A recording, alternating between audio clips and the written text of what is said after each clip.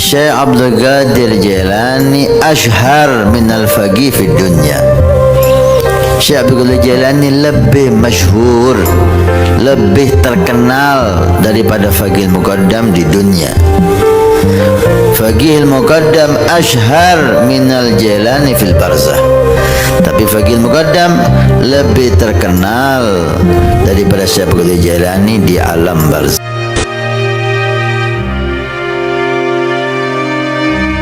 Assalamualaikum warahmatullahi wabarakatuh.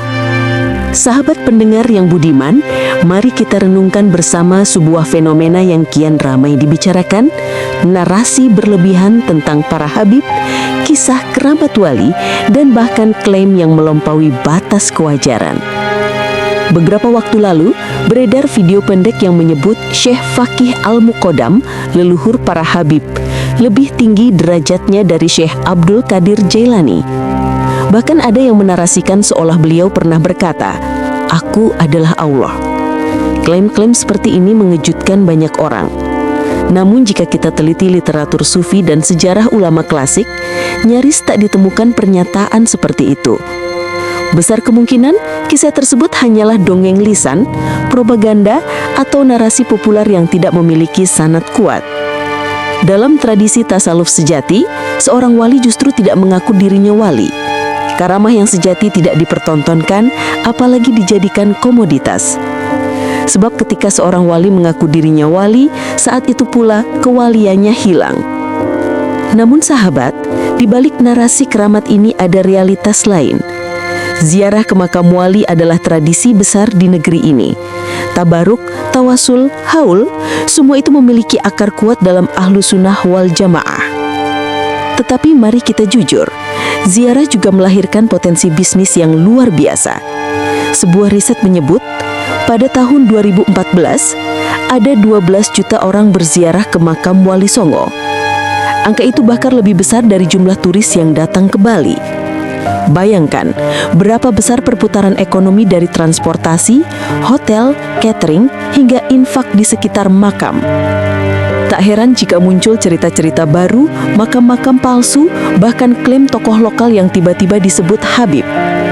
Ada pula praktik yang mewajibkan jemaah membeli tasbih, sorban, atau kopiah dari yayasan tertentu dengan harga tertentu.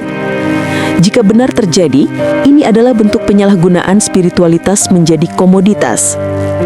Sahabat pendengar, disinilah masalah muncul. Narasi karamah berlebihan dapat menggeser iman menjadi keyakinan magis. Masyarakat bisa meyakini bahwa Habib tidak mungkin berdosa, bahwa doa hanya sampai lewat perantara mereka. Padahal dalam Islam, para wali tetap manusia. Yang membedakan hanyalah ketakwaan, bukan kisah spektakuler. Lantas apa yang harus kita lakukan? Pertama, gunakan prinsip ilmiah. Tanyakan, adakah sanad? Adakah referensi kitab? Jika tidak ada, letakkan cerita itu sebagai dongeng. Kedua, kuatkan literasi keagamaan. Umat perlu tahu bahwa kesucian seseorang diukur dari akhlak, bukan dari kisah karamat. Dan ketiga, pisahkan antara ibadah dan bisnis. Ziarah boleh, infak boleh, tapi jangan biarkan agama dijadikan alat pemerasan. Dan keempat, mari berdialog. Ulama, ormas, dan masyarakat perlu bersama-sama menjaga agar umat tidak tersesat oleh klaim palsu. Sahabat pendengar, tradisi ziarah sejatinya adalah ruang indah untuk mengenang orang soleh, merenungi maut, dan memperbaiki diri. Jangan biarkan keindahan itu dirusak.